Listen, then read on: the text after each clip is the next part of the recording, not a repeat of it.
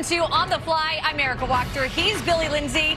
And we're in the final week of the regular NHL season. How ready are you for the playoffs? Oh, well, jockeying for positions. Got a position open in the West, and then it's pedal to the metal. Let's go. Let's get off and running for those playoffs. Exciting time of year. Oh, yeah, we are amped here. And this week we'll have some big games with, of course, those playoff implications. Bill will break down some of the Tuesday slate in just a bit. But first, we do have one game on Monday night. Flyers and Blackhawks, two teams here. They're just plugging away towards the finish line, Bill. So let's get out to Chicago now for the only highlight of the night. Now Jonathan Toews pivots in the circle, plays it back to the blue line, and Gustafsson scores! How about that start for the Blackhawks here in the first 2 minutes? All watching Jonathan Toews. That opens up a lot of ice that Gustafsson skates right into, and that shot beat Sandstrom from distance. I'm sure Sandstrom would want to have that one back. Bobby Brink turned over. Sam Lafferty with Toews out of the box. Here's Jonathan Toews. He scores! 2-0 Chicago here at home. You know, they're prone to mistakes. This is just Bobby Brink trying to do a little bit too much. The turnover leads to Toews coming right out of the box, and he goes. This is such a good shot. And Philadelphia on the road after that home win Sunday.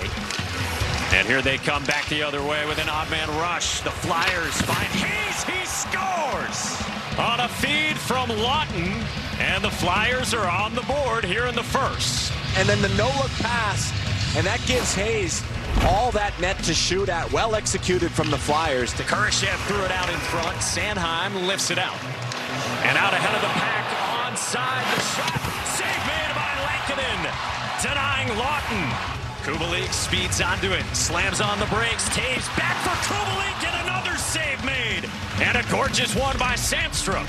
Vlasic couldn't handle the pass, and speeding back the other way, Hayes is denied on a glove save by Lankinen. Brink it in the circle. Jones along the blue line, throws it in front, and handled by Sandstrom. In the waning seconds, it's Jones throwing one that nearly went in off the post. Nearly got the Blackhawks a 2-goal margin. Oh, so close. Philadelphia went the final 12-12 of the second without a shot on goal, as Lankinen makes the save, and a big hit from the always physical Riley Stillman, who now generates some attention from the Flyers. He's going to open up the body to shoot that one on net, and he just gets leaned into. Credit James Van Riemsdyk for coming over to respond. Take issue with Riley Stillman on that hit on his young teammate. From Jones to break it into the circle for Kane. Cross ice Jones, he shoots. Save made Sandstrom. Well, some more Kane magic too. We saw his quick hands at work. Look at him here. He corrals this puck. Then he just goes stick handling in a phone booth here, over and back. Kane races back. Along the wall to break it. A one-timer score. Off the feed from Kane. Alex DeBrincat scores, and it's a 2-goal margin. The Blackhawks end a 2-game losing skid as they take down the Flyers 3-1. And their big guys showed up as Alex DeBrincat scored his 41st of the season, tying his career high, while Patrick Kane dished out an assist, tying his career high with 66 helpers. So I think we need to start there with the Cat, because what a bright spot he has been for this Chicago group, as he now has a new career high in points with that goal there, now up to 77 on the season. And he has made it clear that he's open to being part of the solution in Chicago, staying long-term. Two-time 40-goal scorer, pure sniper, can score goals up and down the ice. Where does he come at salary-wise? $8.5 million maybe? So you look at Kane and Toews and what they're at, $10.5 million. Seth Jones, $9.5 million. Numbers for DeBrincat, they're only getting better. Yeah. He's continuing to evolve. And his two-way game has gotten better. His compete level down deep in the corners. And he's not the biggest guy, but he competes at both ends of the ice. And when you got that kind of talent, you're going to command a lot of money, and DeBrincat is going to be a guy that's going to be a cornerstone there for a long time in the future. So if they offer him the salary and he wants to stay there, that's going to be the main piece, and then they're going to have to start to build through the draft, and that is where Kane and Taves come into play. Yeah, absolutely, and I think that is the big question mark as we gear up for the offseason, because after next year, they'll both become unrestricted free agents. And when DeBrincat talked about wanting to stay there long term, he was asked about Kane and Taves, and he says, well, that's up to them. That's not a conversation he has with them. How do the Blackhawks approach that this summer? This is where you go, and you go to Kane and Taves and say, this is what happens. You guys are making this much money, and if we signed DeBrincat and we got Seth Jones, you know that we're going to have to go through a young roster. We got to build through the draft, and It's going to be a retooling process. We have to find a goaltender.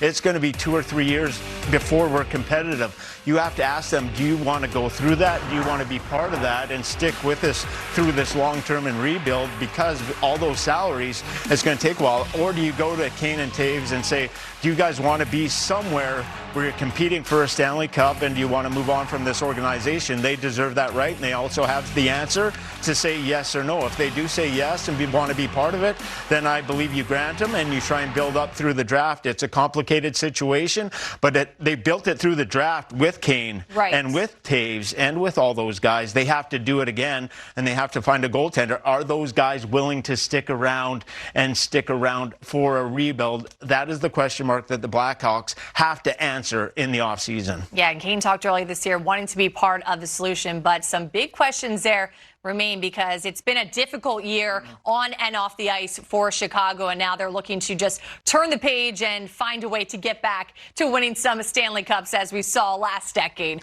When we come back here On the Fly, the Sharks may have burst Vegas's playoff bubble with a come-from-behind win Sunday night in Vegas. We'll pick up the pieces when On the Fly returns.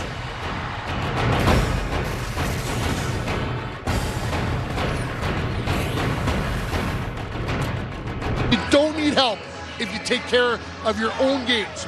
Win tonight, win Tuesday in regulation, and you are in the wild card spot. He scores! The Golden Knights are up by 2. This is a perfect opponent, though, for the Vegas side. Rebound! They score! Timo Meier ties the game as time expires, and the Sharks win! And a heartbreaking shootout loss for the Golden Knights. They need help. Simple as that.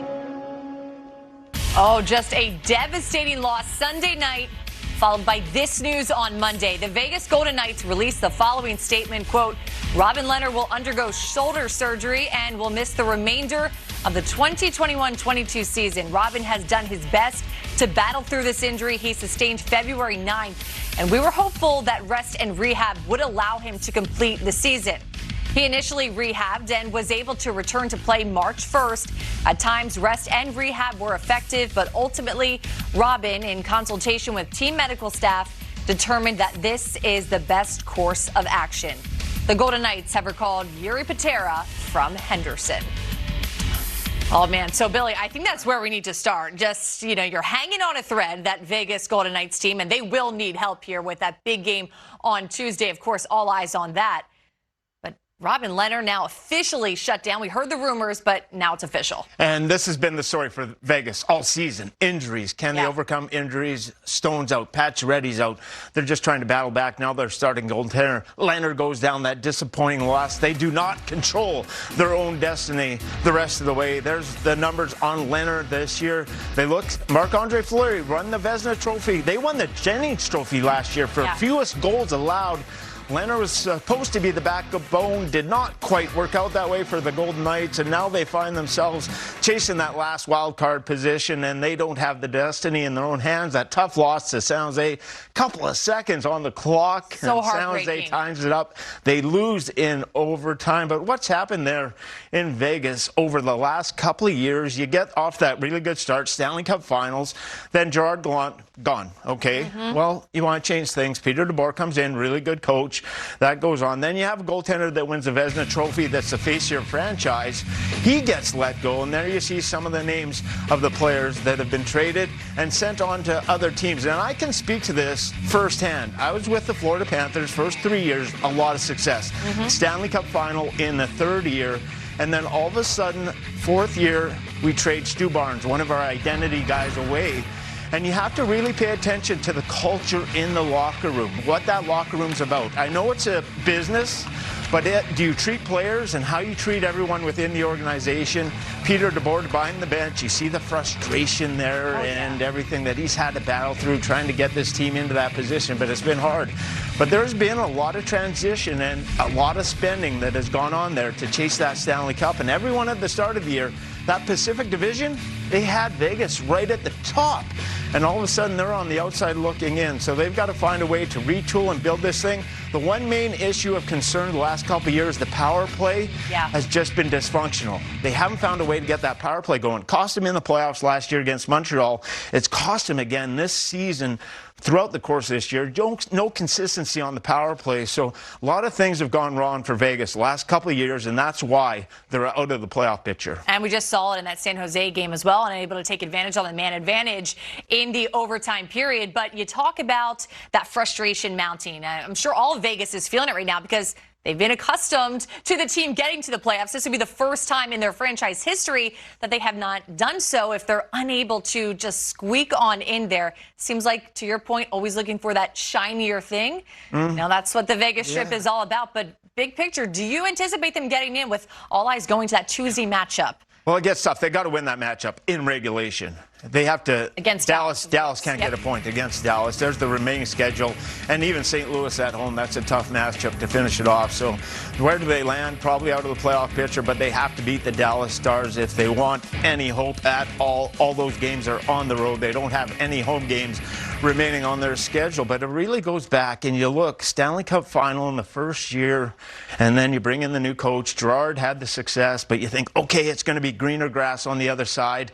Marc-Andre Fleury let go, and he did so much for that franchise. You really have to have a beat in your locker room. Yeah, that was surprising. And what's going on with everything in there. And all of a sudden, just doesn't seem they have that locker room chemistry that they had the last couple of years. Fans a little bit frustrated. We didn't see that early on. So you're seeing some things in Vegas that we didn't see the first 3-4 years.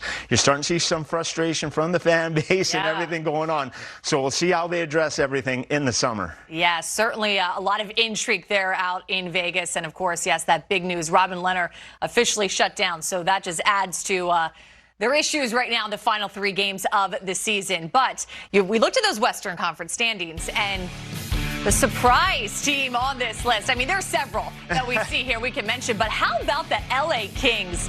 Ahead of schedule, been a lot of fun to watch, and it seems like, to me, it's that nice balance there of youth and veteran. It is. And Philip Deneau in the offseason, the signing, what he's meant to that team, and Trevor Moore and some of these guys, some of their role players, but they have a wealth of really good young players that they've been to infiltrate into that organization, along with the veterans, Kopitar, the leadership group that they have there. Good coaching, Todd McClellan. They buy in, they play hard every single shift, and that's why they find themselves in a playoff position. We started the Pacific at the start of the year, Vegas.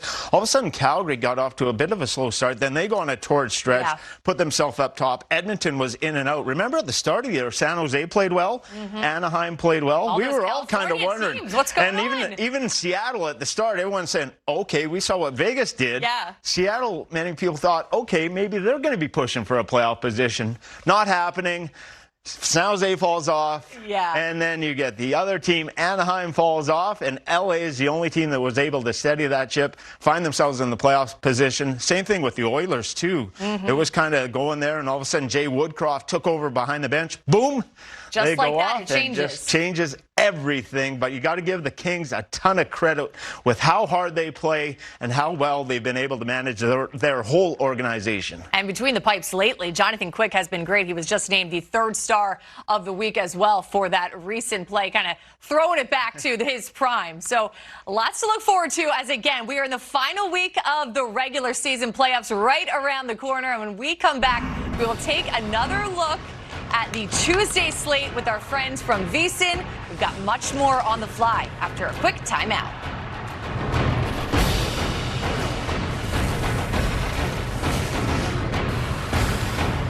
Welcome back. It's time now for our partners at VSiN in Las Vegas to preview a few matchups on the Tuesday slate with Open Ice Odds presented by DraftKings Sportsbook. Hi, everybody. I'm Stormy Bonantoni with VSiN, the Sports Betting Network. After just one game on Monday, we've got a full slate of games ahead on Tuesday with playoff implications on the line as well. So to help us make sense of it all, we bring in our VSiN NHL betting expert, Andy McNeil. Andy, right off the bat, you know where I'm going. The Vegas Golden Knights, while they don't control their own destiny anymore, still have a chance, and they're at a critical game at the Dallas Stars coming up on Tuesday. What do you make of it? Yeah, the Vegas Golden Knights' backs are against the wall, but this is a win and you're in situation for the Dallas Stars, and that makes it difficult for situational bettors that are looking for teams that have extra incentive to win. Not much can be said about either team's ability to come through in the clutch recently either. It's the Vegas Golden Knights losing 5 of their last 8 games, and the Dallas Stars only have 4 wins in their last 10. And the Golden Knights, they lead this season series 2-0. But it's been a while since these two teams met up, and the Stars have only scored 46% of the goals over their last 25 games. And I think home ice is really the only thing that has odds makers listing the Dallas Stars as a favorite in this matchup. Vegas has been just scraping by with scoring 50% of the goals, but they have better underlying numbers. And making the playoffs is going to be an uphill battle for the Golden Knights, and this is a winnable game, though. All eyes will certainly be on that game come Tuesday night. And the Nashville Predators, another team trying to make sure they're collecting as many points as possible here this final week of the season. They've got the Calgary Flames. What challenge do they have ahead? Well, there's a decent chance that the Calgary Flames and Nashville Predators will meet in the first round of the Stanley Cup playoffs. And the Predators are the one team in the Western Conference that the Flames have yet to get a victory over this season. Nashville won both of the previous games, but the first meeting, that was way back in October, and that was it. That one ended in overtime, and the Flames were on the second half of a back-to-back when these two teams met on April 19th, and that game ended in a shootout. I think Tuesday's game is going to be a better indication of what we can expect as these two teams go head-to-head in the playoffs. Great insight, Andy. It's going to be a really fun day around the National Hockey League. And remember, odds and lines are subject to change, but it's easy to keep track of with the DraftKings Sportsbook app. Enjoy the action and gamble responsibly. Thanks a lot, guys. When we come back, Billy will preview Tuesday's battle at the top of the Metro Division with the Canes at MSG to take on the Rangers. Plus, you've got to see what we've got cooking in this edition of Walk This. Stay tuned, everyone. All right, well, a big slate coming your way on Tuesday, including a battle atop the Metropolitan. You've got Carolina and the New York Rangers, and this will be the final meeting between the two teams this season. The Rangers trying to split the season series and pick up some points as got to figure out where everyone is stacking up as these playoff matches are to be determined here. But this will be a great one at Madison Square Garden, one that we are very much looking forward to. Awesome electricity coming down the stretch. Who would have thought? Yeah. They start with the Rangers, and all of a sudden they've climbed up, pushing the Carolina Hurricanes. Got to win the game. Got to win the game to win the division. If not, Carolina wins that division. And some goaltending issues in Carolina. Freddie Anderson banged up. Ronta banged up. Ketchuk, the youngster, is getting some starts, and it looked like she might start against the Rangers. On the other side, the Rangers, Andrew Kopp's been able to come in at the trade deadline, provide valuable asset to them. But the goaltender, Igor Shesterkin, and what he's meant to that organization, probably going to win the Vezina Trophy as the top goaltender in the NHL. But the Rangers started first 20-30 games. It was all about Shesterkin. He won a ton of games for them. Yeah. But then Gerard Gallant got that fingerprints on that team, and they started playing faster, quicker, harder on pucks. And all of a sudden, they got really good. Chris Kreider with all those power play goals. That power play is so lethal on the Rangers side. In that game against Carolina, if Carolina takes too many penalties, which they have been known to do, one of the most penalized teams in the NHL, they could be in trouble against that Rangers power play. A lot of intrigue going into that game, but the New York Rangers, a ton of credit with what they've been able to do, and Rod Brindamore, the way that they play. Interesting to see how that plays out, and if the Rangers win, all of a sudden in that rearview mirror, the Carolina Hurricanes paying attention, they might lose that division title at the very end. No kidding, because I think that's it. You look at Carolina all season, you're kind of thinking that it's them, but to your point, the Rangers make some great moves. You look on paper, it's not like the big signing, but perfect pieces to fit in as they become just a better team in front of Igor Shesterkin. And we are looking at, yes, a Russian goaltending duel we are expecting with Pyotr Kochetkov between the pipes for the Canes. And and then Igor Shesterkin across the ice. But we're looking at the goalie situation. You talked about it already a little bit. Anderson out with a lower body injury. Ranta just leaving Sunday's game with a lower body injury himself. He's expected to back up. And the good news is it looks like Anderson could potentially return prior to playoffs, which you have to imagine is just a huge sigh of relief because this is concerning going into the playoffs. It is. Kochetkov was awesome in the minors and the KHL, 13-1 in the minors this year, and he is a talented goaltender, but you don't need to thrust him in the spotlight in the Stanley Cup playoffs. Freddie Anderson was playing at a Vezina Trophy level. He's in the top 5, in my opinion, in that category. You need him back in the playoffs. He's an important piece to that puzzle. Solidify it, but Kochetkov, that is a huge spot for him tomorrow to really solidify himself and put him on the NHL map. Yeah, all eyes going to be on this one, part of a big slate, and On the Fly will have you covered with all of the highlights come Tuesday night. So that's something to watch for. And now we've got to walk this.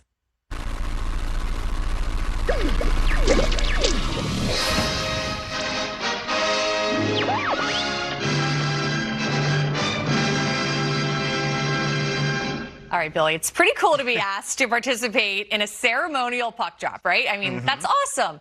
The only problem is if you're not told what to do, that's a lot of pressure.